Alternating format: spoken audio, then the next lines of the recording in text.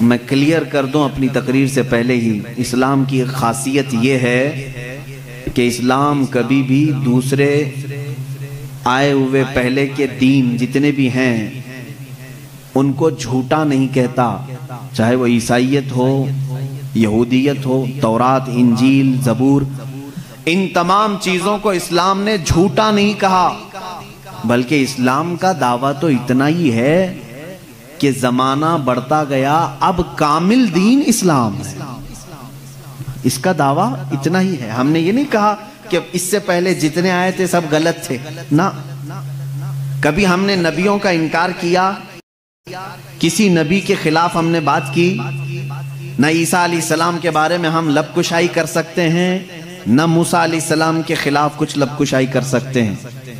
یہودی جن نبیوں کو مقدس مانتے ہیں، عیسائی جن نبیوں کو مقدس مانتے ہیں، شریعت اسلامیہ نے اگر ان کے نبی ہونے کی تصریح کر دی تو ہم اپنی جان سے زیادہ ان سے محبت کرتے ہیں، ہم ان کی توہین نہیں کر سکتے۔ ادنا سی بھی توہین کسی نبی کی تو وہ اسلام سے نکل جائے گا، کسی بھی نبی کی۔ اسی طرح جو آسمانی کتابیں آئیں ہم ان کا انکار نہیں کرتے، تورات، انجیل، زبور، اس کا اگر تم انکار کرو گے تو کافر ہو جاؤ گے، اسلام سے نکل جاؤ گے۔ لیکن ہمارا اب دعویٰ اتنا ہی ہے کہ وہ اپنے زمانے کے نبی تھے، وہ کتابیں اپنے زمانے کی تھیں۔ اب جو زمانہ آیا میرے آقا صلی اللہ علیہ وسلم کے بعد سے لے کر قیامت تک، اس زمانے کے لیے اگر سوٹیبل کوئی کتاب ہے تو وہ قرآن ہے، اور اگر کوئی قبول کرنے جیسا مذہب ہے تو وہ اسلام ہے۔ یہ ہمارا دعویٰ ہے۔ اب اس کو میں ثابت کروں گا۔ جیسے عیسائیوں پر اللہ تبارک و تعالیٰ نے کبھی یہ حکم نہیں فرمایا تھا کہ وہ شادی نہ کریں، انہوں نے اپنے آپ پر اس طرح کا سنیاس لینے کا خود سے، جیسے رہبانیت، ان کے ہاں راہب بنتے ہیں، نن ہوتی ہیں، زندگی پر شادی نہیں کریں گے، پادری شادی نہیں کرے گا، پاپ وہ کسی سے شادی نہیں کرے گا۔ شادی کرنا یہ انسان کی فطرت ہے، ہر مرد کے اندر عورت کی خواہش پیدائشی ہے، یعنی اللہ تعالیٰ نے اس کے جسم میں یہ رکھا ہے کہ عورت سے وہ قرار حاصل کرے، تسکین حاصل کرے۔ مردوں کو اللہ نے یہ خصوصیت دی ہے، صفت دی ہے، اور عورتوں کے بھی اندر اللہ نے یہ رکھا ہے کہ ان کا میلان یا ان کی توجہ مردوں کی طرف ہے، لیکن اس کو اسلام نے ایک حلال طریقے سے باندھا ہے، وہ نکاح کے ذریعے سے۔ اب اگر کسی پر پابندی لگا دیں، اگر میں کہہ دوں کہ میرے جتنے قریب کے ہیں، جتنے ماننے والے ہیں، ان میں سے کوئی بھی عورت کو ٹچ نہیں کرے گا زندگی بھر، تو یہ میں نے فطرت کے خلاف بات کی، یہ فطرت کے خلاف بات کی۔ میں بول نہیں سکتا کہ تم شادی نہ کرو، نکاح نہ کرو، اور اسلام نے کبھی بھی ایسی پابندی نہیں لگائی۔ عیسائیوں نے اپنے اوپر لازم کر لیا کہ جو ان کا مذہبی ہوگا، ریلیجیس ہوگا، وہ عورتوں کو نہیں چھوئے گا۔ کتنی حیرت کی بات ہے۔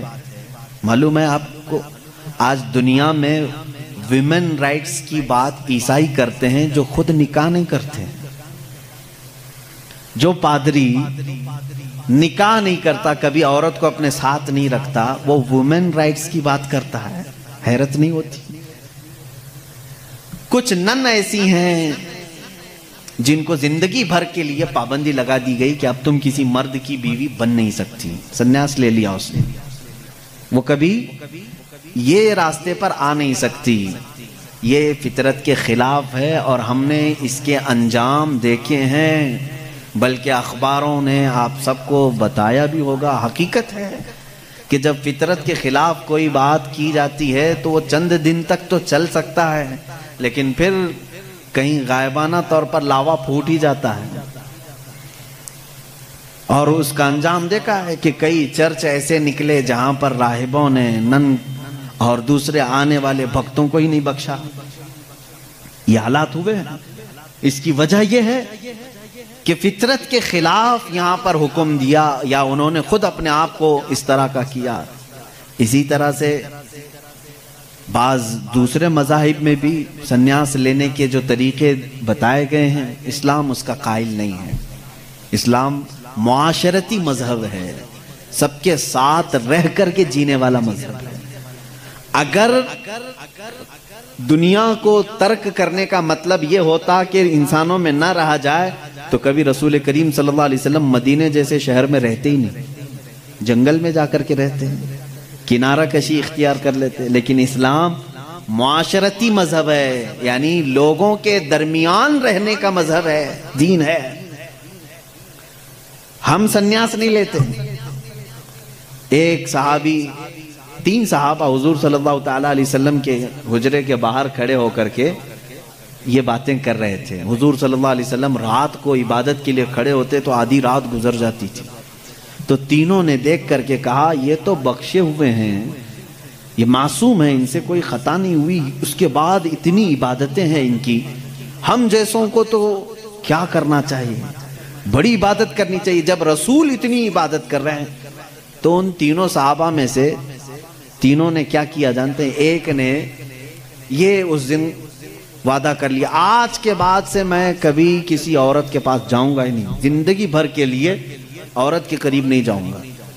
دوسرے صحابی نے کہا آج کے بعد سے میں کبھی رات کو سوؤں گا ہی نہیں، پوری رات کھڑا رہوں گا.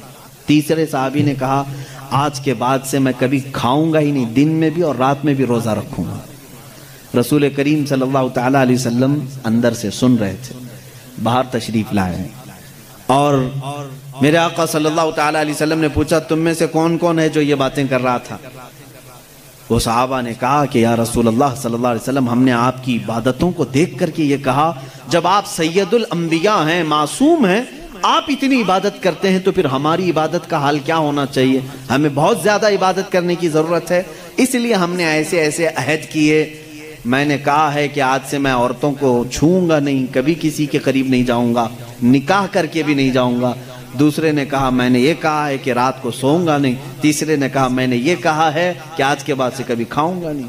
اللہ کے نبی صلی اللہ علیہ وسلم نے فرمایا اسلام یہ نہیں ہے، اسلام یہ نہیں ہے. میری سنت پر اگر عمل کرنا چاہتے ہو تو میں اللہ کی عبادت کا بھی حق ادا کرتا ہوں اور عورتوں کا بھی حق ادا کرتا ہوں. میں نے اپنی رات کو تقسیم کر رکھا ہے، بیویوں کے لیے بھی حق ہے اور اللہ کی عبادت کا بھی حق ہے. اور دوسرے سے کہا تم نے کہا کہ رات کو کبھی سوؤں گا ہی نہیں، یہ بھی ہمارا طریقہ نہیں ہے، تم فطرت کے خلاف بات کر رہے ہو، بیمار ہو سکتے ہو، روزانہ رات پورے نہیں سو رہے. اب یہاں اس پر میں رک کر کے کہوں گا حضور صلی اللہ علیہ وسلم نے اس صحابی کو منع کیا جو یہ کہہ رہے تھے میں رات بھر عبادت کروں گا. حضور نے فرمایا میری سنت یہ ہے کہ میں تھوڑی رات آرام کرتا ہوں اور تھوڑی رات اپنے رب کی عبادت بھی کرتا ہوں.